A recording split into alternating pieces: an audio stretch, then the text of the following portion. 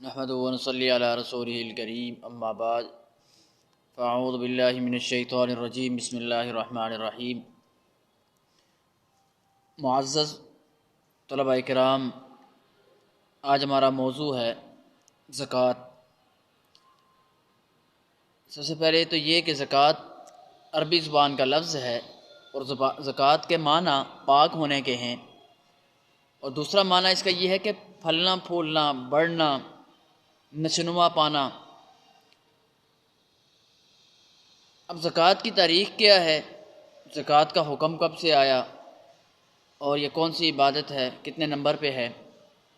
تو زکوٰۃ کی تاریخ بھی وہی ہے جو نماز کی تاریخ ہے، کیونکہ متعدد آیات میں قرآن مجید کی نماز کے ساتھ ساتھ زکوٰۃ کا تذکرہ ذکر کیا گیا کہ واقیموا الصلاۃ وآتوا الزکوٰۃ، کہ نماز کی طرف زکوٰۃ کا حکم بھی تمام انبیاء کی شریعت میں ہمیشہ رہا ہے۔ حضرت اسماعیل علیہ السلام کے بارے میں قرآن مجید کا فرمان ہے کہ وہ اپنے لوگوں کو نماز اور زکوٰۃ کی تلقین کرتا تھا۔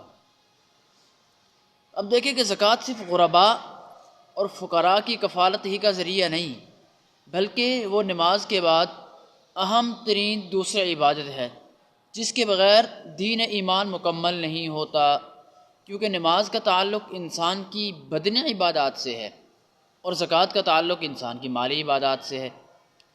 تو دین میں زکوٰۃ کی جو اہمیت ہے وہ یہ ہے کہ جگہ جگہ قرآن مجید میں نماز کے ساتھ زکوٰۃ کا ذکر کیا گیا۔ اب احکام زکوٰۃ کہ زکوٰۃ کا باقاعدہ حکم کب سے نازل ہوا؟ تو زکوٰۃ کا باقاعدہ حکم سن 2 ہجری میں آیا۔ اب اس کا مکمل نظام سن 8 ہجری میں فتح مکہ کے بعد ہوا، اور سن 9 ہجری میں عاملین زکوٰۃ بنا کر یا عاملین نے زکوٰۃ مقرر کیے گئے، ان کا تقرر کیا گیا اور ان کو مختلف علاقوں میں بھیجا گیا کہ جاؤ مالدار لوگوں سے جا کر زکوٰۃ اکٹھی کر کے لاؤ۔ اب زکوٰۃ تو یہ بات ہمیں سمجھ میں آ گئی کہ زکوٰۃ کا لغوی معنی، زکوٰۃ کا اصطلاحی معنی کیا ہے اور کس لیے ہے اور کب اس کا حکم نازل ہوا، قرآن مجید میں اس کی اہمیت کیا ہے اور احادیث مبارکہ اس کی اہمیت کیسے بیان کرتی ہے۔ تو فرمایا کہ دین کی بنیاد جو ہے وہ زکوٰۃ ہے۔ قرآن مجید میں اکثر مقامات پر ایمان کے بعد جن اعمال کا تذکرہ ہوا ان میں نماز اور زکوٰۃ سر فہرست ہے۔ اب اس پہلو سے زکوٰۃ کو دیکھا جائے تو یہ دین کی بنیادوں میں سے ایک ہے۔ قرآن مجید فرماتا ہے اور اپنے شب و روز میں نماز کا اہتمام رکھو اور زکوٰۃ ادا کرتے رہو۔ اس کے بعد ایک اور جگہ ارشاد فرمایا کہ قرآن مجید میں مسلمان ہونے کی شرط قرار دیا کہ اگر یہ لوگ توبہ کر لیں اور نماز قائم کرنے لگیں اور زکوٰۃ دیں تو پھر وہ تمہارے دینی بھائی ہیں۔ یہ سورۃ توبہ کی آیات ہیں۔ اور زکوٰۃ ذریعہ فلاح ہے، کامیابی کا ذریعہ بھی ہے۔ قرآن مجید فرماتا ہے فلاح یاب ہوئے، کامیاب ہوئے وہ اہل ایمان جو نمازوں میں خشوع اختیار کرتے ہیں، لغویات سے پرہیز کرتے ہیں اور زکوٰۃ ادا کرنے والے ہیں۔ یہ سورۃ المومنون کی ابتدائی آیات ہیں۔ قد افلح المؤمنون الذین هم فی صلاتهم خاشعون والذین هم عن اللغو معرضون والذین هم للزکوٰۃ فاعلون۔ یہ سورہ مومنون کی ابتدائی آیات ہیں۔ اب احادیث مبارکہ میں اس کی اہمیت کیا ہے، اس کی روشنی میں فرمایا کہ زکوٰۃ جو ہے وہ جان و مال کی حفاظت ہے۔ حضور صلی اللہ علیہ وسلم فرمایا کہ مجھے حکم دیا گیا کہ ان لوگوں سے جنگ کروں یہاں تک کہ وہ اللہ تعالیٰ کے معبود اور محمد صلی اللہ علیہ وسلم کے رسول خدا ہونے کی گواہی دیں، نماز قائم کریں اور زکوٰۃ دیں۔ جب ایسا کرنے لگیں تو اس وقت وہ مجھے اپنی جانوں اور اپنے اموال کو محفوظ کر سکیں گے مجھ سے، اور اس کے بعد ان کا حساب اللہ تعالیٰ کے ذمے ہوگا۔ تو گویا کہ جو شخص زکوٰۃ ادا نہیں کرتا، اس دور کی بات، ابھی بہت زیادہ کوتاہیاں ہوتی جا رہی ہیں، تو اس دور کی بات ہے کہ جو شخص زکوٰۃ ادا نہیں کرتا تھا، نماز قائم نہیں کرتا تھا اور اللہ پر اس کا یقین نہ ہوتا، نبی علیہ السلام پر ایمان نہ رکھتا، تو پھر اس کی جان و مال محفوظ نہیں ہوتی تھی۔ جنت میں داخلے کا سبب بھی زکوٰۃ ہے۔ فرمایا آپ صلی اللہ علیہ وسلم فرمایا کہ اللہ تعالیٰ کی بندگی کر، اس کا کسی کو شریک نہ کر، نماز قائم کر زکوٰۃ دے اور صلہ رحمی کر۔ حضور صلی اللہ علیہ وسلم نے فرمایا کہ یا رسول اللہ، حضور ایک شخص نے عرض کیا کہ یا رسول اللہ مجھے کوئی ایسا عمل بتا دیجیے جو جنت میں داخلے کا باعث ہے۔ تو اس کے جواب میں اللہ کے نبی صلی اللہ علیہ وسلم نے یہ بیان فرمایا کہ اللہ تعالیٰ کی بندگی کر، اس کا کسی کو شریک نہ کر، نماز قائم کر، زکوٰۃ دے اور صلہ رحمی کر۔ مسلم شریف کی یہ روایت ہے۔ اب جو لوگ زکوٰۃ ادا نہیں کرتے ان کے لیے کیا وعید ہے، ان کے کیا نقصانات ہیں؟ تو ام عائشہ رضی اللہ تعالیٰ عنہ فرماتی ہیں کہ میں نے حضور صلی اللہ علیہ وسلم کو یہ فرماتے ہوئے سنا کہ جس مال میں سے زکوٰۃ نہ نکالی جائے اور اسی میں ملی جلی رہے تو وہ مال کو تباہ کر کے چھوڑتی ہے، کیونکہ جب زکوٰۃ کا معنی ہی پاک کرنا ہوتا ہے تو جب اگر زکوٰۃ نکالی جائے گی تو باقی مال پاک ہوگا، اگر زکوٰۃ نہ نکالی جائے تو باقی مال کو وہ غارت کر کے چھوڑتی ہے۔ ایک اور جگہ حضور صلی اللہ علیہ وسلم نے ارشاد فرمایا کہ جسے اللہ تعالیٰ نے مال دیا اور اس نے اس کی زکوٰۃ ادا نہیں کی تو اس کا یہ مال اس کے لیے گنجا سانپ بن کر جائے گا۔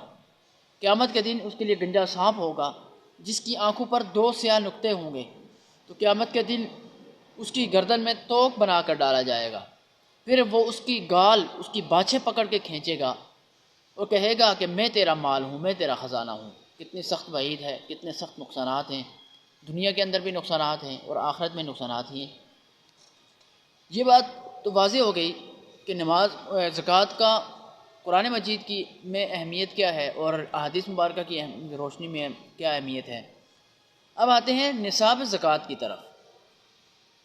نصاب کیا چیز ہے اور کتنی فیصد میں زکوٰۃ ادا کرنی ہوتی ہے، کتنے مال پر ادا کرنی ہوتی ہے اور کس کس مال میں سے زکوٰۃ ادا کرنی ہے؟ تو نصاب سے مراد سونا چاندی یا مال و اسباب کی وہ مقدار کہ جس پر شریعت نے زکوٰۃ ادا کرنے کا حکم دیا ہے۔ جس کے پاس یہ نصاب ہو اسے صاحب نصاب کہتے ہیں۔ حضور صلی اللہ علیہ وسلم نے جن اموال کا، جن مالوں کا نصاب اور ان پر زکوٰۃ مقرر کی ہے وہ اس طرح ہیں۔ سونا چاندی ہو تو سونا چاندی کی مقدار کہ اس کے پاس اگر خالص سونا ہے تو 7.5 تولے سونے پر زکوٰۃ واجب ہوتی ہے، زکوٰۃ فرض ہوتی ہے، اور اگر خالص سونا نہیں ہے، خالص اس کے پاس چاندی ہے تو 52.5 تولہ چاندی ہو تو اس پر زکوٰۃ کی شرح ان دونوں چیزوں پر کہ سونا ہو یا صرف سونا ہو 7.5 تولہ یا صرف چاندی ہو 52.5 تولہ تو اس پر زکوٰۃ اس کی 2.5% دینا ضروری ہوتی ہے، مطلب 2 سے 1/2 2.5% جو ہے 100 میں سے یہ زکوٰۃ ادا کرنا ضروری ہوتی ہے۔ اس کی قیمت اس وقتی لگوا کر پتہ چلے کہ اتنی قیمت بنتی ہے تو اس میں سے 2.5% وہ زکوٰۃ ادا کریں، بس 100 میں سے 40واں حصہ۔ اب آئیے مال تجارت کی طرف۔ یہ تو سونا چاندی تھا، مال تجارت میں سے آیا کہ زکوٰۃ ادا کرنی بھی ضروری ہوگی؟ فرمایا ضروری ہے کہ مال تجارت اور روپیہ وغیرہ وہ اگر 7.5 تولہ سونا یا 52.5 تولہ چاندی کے برابر ہو تو اس پر بھی زکوٰۃ 2.5% کے حساب سے ادا کی جائے گی۔ 2 باتیں ہو گئیں۔ تیسری بات یہ کہ سوائم کہ مال مویشی جو تجارت کی غرض سے پالے ہوئے ہوں اور سال کا اکثر حصہ جو وہ چراگاہوں میں چرتے ہوں، لوگوں کی چراگاہیں ہوتی ہیں، باہر جا کے فری میں جو چر آتے ہیں جانور، تو ان اس نصاب کی اس طرح سے ہوگا کہ اونٹ کم سے کم 5 عدد ہوں، گائے بھینس وغیرہ 20 یا 30 عدد ہوں، بھیڑ بکریاں جن کو غنم کہا جاتا ہے کم سے کم 40 عدد ہوں۔ ان مویشیوں پر زکوٰۃ کا انحصار اس کی تعداد پر ہوگا اور ان کی تفصیل بڑی کتابوں میں ہے۔ زرعی پیداوار، نمبر 4 زرعی پیداوار ہے کہ زرعی پیداوار پر زکوٰۃ جو ادا ہوتی ہے اس کو عشر کہا جاتا ہے، یعنی 1/10 حصہ۔ تو زرعی پیداوار پر اس کی کٹوتی اس طرح ہوتی ہے کہ قدرتی ذرائع سے سیراب ہونے والی زمین جو بارش یا جو ندی نالوں سے سیراب ہوتی ہے اس پر 1/10 حصہ زکوٰۃ ادا کرنا ضروری ہوگی، اور جو مصنوعی ذرائع سے مطلب خود ٹیوب ویل لگوایا ہے، خود بجلی لگوائی ہے، بجلی استعمال کرتے ہیں، ٹیوب ویل کھولتے ہیں اور اس سے پھر زمین سیراب ہوتی ہے تو اس سے 20واں حصہ دینا ہوگا، 1/20 حصہ زکوٰۃ ادا کرنا ضروری ہوگی، یعنی 5واں حصہ بنتا ہے۔ یعنی جو قدرتی ذرائع سے ہوتی ہے وہ 10واں حصہ بنتا ہے اور جو مصنوعی ذرائع سے ہوتی ہے وہ 5واں حصہ بنتا ہے۔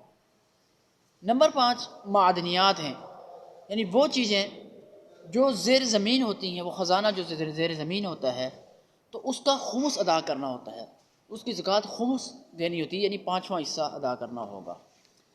یہ بات تو ہو گئی تھی کہ بھائی زکوٰۃ کی اہمیت کیا ہے، اور اس کے ساتھ ساتھ زکوٰۃ کس کس مال پر ادا کرنا ضروری ہوگی۔ اب تیسرے نمبر پر جو بات بڑی اہمیت کے حامل ہے وہ یہ کہ کن لوگوں کو زکوٰۃ ادا کرنا ضروری ہوگا، جن کو مصارف کہا جاتا ہے۔ قرآن مجید میں آتا ہے انما الصدقات للفقراء والمساکین والعاملین والمؤلفۃ قلوبہم وفی الرقاب والغارمین وفی سبیل اللہ وابن السبیل، یعنی 8 قسم کے مصارف، 8 قسم کے لوگ بیان ہوئے ہیں کہ جن کو زکوٰۃ ادا کرنا ہوگا یا زکوٰۃ ادا کرنی ہوگی۔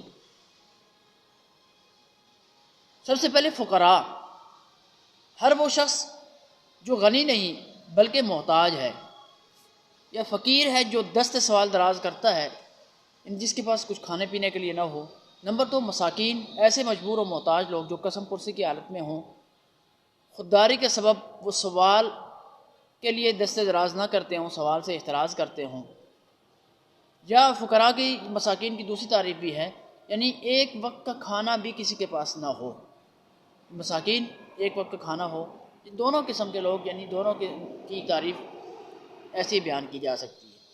نمبر 3 تالیف قلب، مؤلفت قلوب، کہ اسلامی ایسے لوگ جو اسلامی حکومت کے مفادات کے پیش نظر دلداری جس کی مقصود ہو کہ بھائی اس کے ساتھ اگر تعاون کیا جائے تو ہو سکتا ہے یہ اسلام کی طرف راغب ہو جائے، اسلام سے وہ اس کا دل مانوس ہو جائے تو وہ اسلام میں داخل ہو جائے، مسلمان ہو جائے، وہ غیر مسلم کو مسلمانوں کے اسلام کی طرف مائل کیا جا سکتا ہو، تو اس کے لیے بھی زکوٰۃ دینا ہوگی۔ وہ اس وقت تھا کہ جب اسلام قسم پرسی کی حالت میں تھا اور اللہ پاک اتنی تقویت نہیں ہوئی تھی، اس کے بعد اللہ پاک نے اسلام کو تقویت دی، تو اب یہ شاید یہ شے ختم ہو گئی۔ اور پھر رقاب، غلاموں کی آزادی اور ان کی بہبود اور ترقی کے لیے جو چیز زکوٰۃ ادا کی جاتی ہے، ان کو چھڑایا جاتا ہے یا قیدیوں کو چھڑایا جاتا ہے، اس کے لیے بھی جائز ہے۔ نمبر 5 غارمین، غارم قرض دار کو کہا جاتا ہے کہ یعنی اتنا زیادہ قرضے کے اندر ڈوبا ہوا ہو کہ وہ اس کے پاس اتنی مالیت نہیں کہ وہ اپنا قرضہ ادا کر سکے، تو قرض اتارنے کے اور انہیں سہارا دینے کے لیے زکوٰۃ کا پیسہ دیا جا سکتا ہے۔ نمبر 6 فی سبیل اللہ، یعنی فی سبیل اللہ یہ ایک بہت بڑی جامع اصطلاح ہے، جس میں جہاد سے لے کر دعوت، تعلیم دین، دعوت تبلیغ وغیرہ کے سارے کام آ جاتے ہیں۔ اللہ تعالیٰ کے دین میں کوئی بھی خدمت جو حالات و واقعات کا تقاضا ہو اس وقت وہ خرچ کی جائے، زکوٰۃ کا پیسہ خرچ کیا جائے تو جائز ہے، خرچ کی جائے گی فی سبیل اللہ۔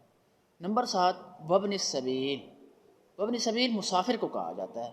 مسافروں کے لیے بعض اوقات سفر میں انسان بعض ضروریات کے لیے ایسا محتاج ہو جاتا ہے کہ اس کے ذاتی ذرائع سے اس کا انتظام کرنا مشکل ہے، یا اگر آدمی کسی ایسے ایریے میں چلا گیا کہ اس کے پیسے گم ہو گئے، جیب کٹ گئی اور ایسے معاملات ہوں، تو اس مسافر کو اتنی زکوٰۃ کا پیسہ دینا جائز ہوگا کہ جتنا وہ سفر کر کے دوبارہ اپنے گھر تک پہنچ سکے، اتنا دینا جائز ہوگا، اور اپنے اخراجات پورے کر سکے، اگر کھانا پینا درمیان میں کرنا ہے تو وہ بھی اپنا پورا کر سکے۔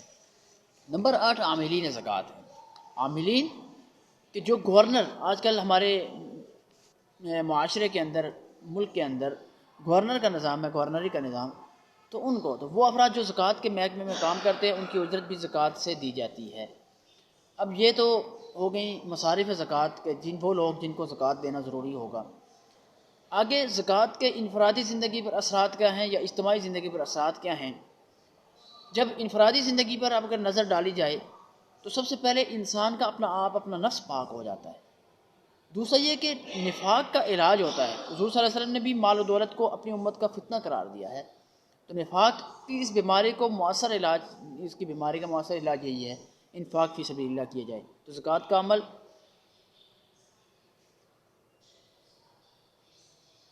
یا زکوٰۃ کا عمل زر جو ہے، عمل زر پرستی کے تمام گندے جذبات سے دل کو پاک کرنا ہوتا ہے، تو انسان کی یہ منافقت یا نفاق جو ہے دل سے دور ہو جاتا ہے۔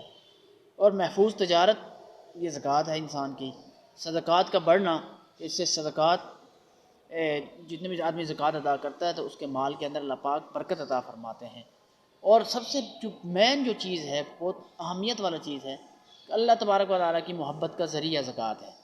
اللہ تعالیٰ کی رضا کے لیے جب انسان خرچ کرتا ہے تو اس سے انسان کے اندر ایک جلا پیدا ہو جاتی ہے کہ دنیاوی محبتوں سے دل پاک ہو جاتا ہے، روح پر پاکیزگی پیدا ہوتی ہے، اور اسی طرح دل میں اللہ تعالیٰ کی محبت بڑھتی ہے۔ سورہ بقرہ میں بھی ہے، اور جو کچھ تم خرچ کرتے ہو اسی لیے تو کرتے ہو کہ خدا کی خوشنودی حاصل ہو۔ تو اللہ تعالیٰ کی خوشنودی حاصل کرنے کے لیے انسان جو کام کرتا ہے، دینی کام کوئی بھی ہیں، تو اس سے اللہ تعالیٰ کی محبت بڑھتی ہے۔ اب زکوٰۃ کے تو یہ تو انفرادی اثرات تھے، زندگی پر اثرات تھے۔ زکوٰۃ کے اجتماعی زندگی پر کیا اثرات ہوتے ہیں؟ اخلاقی اثرات ہیں کہ مال کی محبت اور اسے رائے خدا میں خرچ نہ کرنے کی وجہ سے معاشرے میں اخلاق رذیلہ جنم لیتے ہیں، اور رائے خدا میں خرچ کرنے سے معاشرے میں اعلیٰ اخلاق اور اقدار پروان چڑھتی ہیں، جو اسلامی معاشرے کی نمایاں خصوصیت ہے۔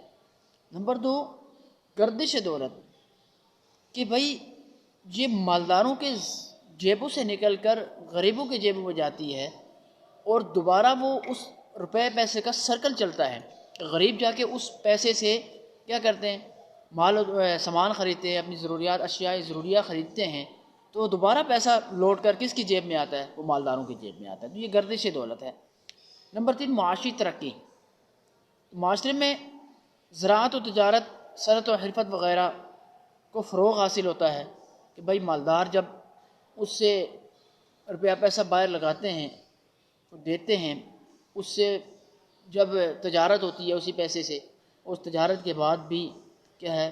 معاشرہ ترقی کرتا ہے، لوگوں کو ایک روزگار کے ذریعے فراہم ہوتے ہیں، روزگار فراہم ہوتا ہے۔ تو یہ معاشی ایک ترقی ہے، زکوٰۃ سے معاشی ترقی انسان حاصل کرتا ہے۔ اس کے بعد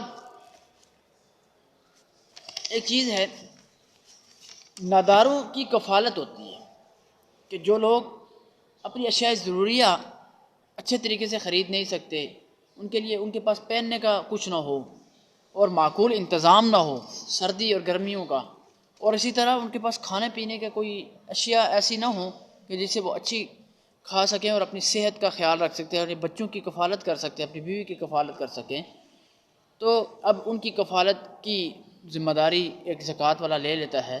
تو یہ بھی ضروری ہے۔ تو حضور صلی اللہ علیہ وسلم نے فرمایا کہ بے شک اللہ تبارک و تعالیٰ نے زکوٰۃ فرض کی ہے، اور جو ان مالداروں سے لی جائے گی اور ان کے حاجت مندوں کو دے دی جائے گی۔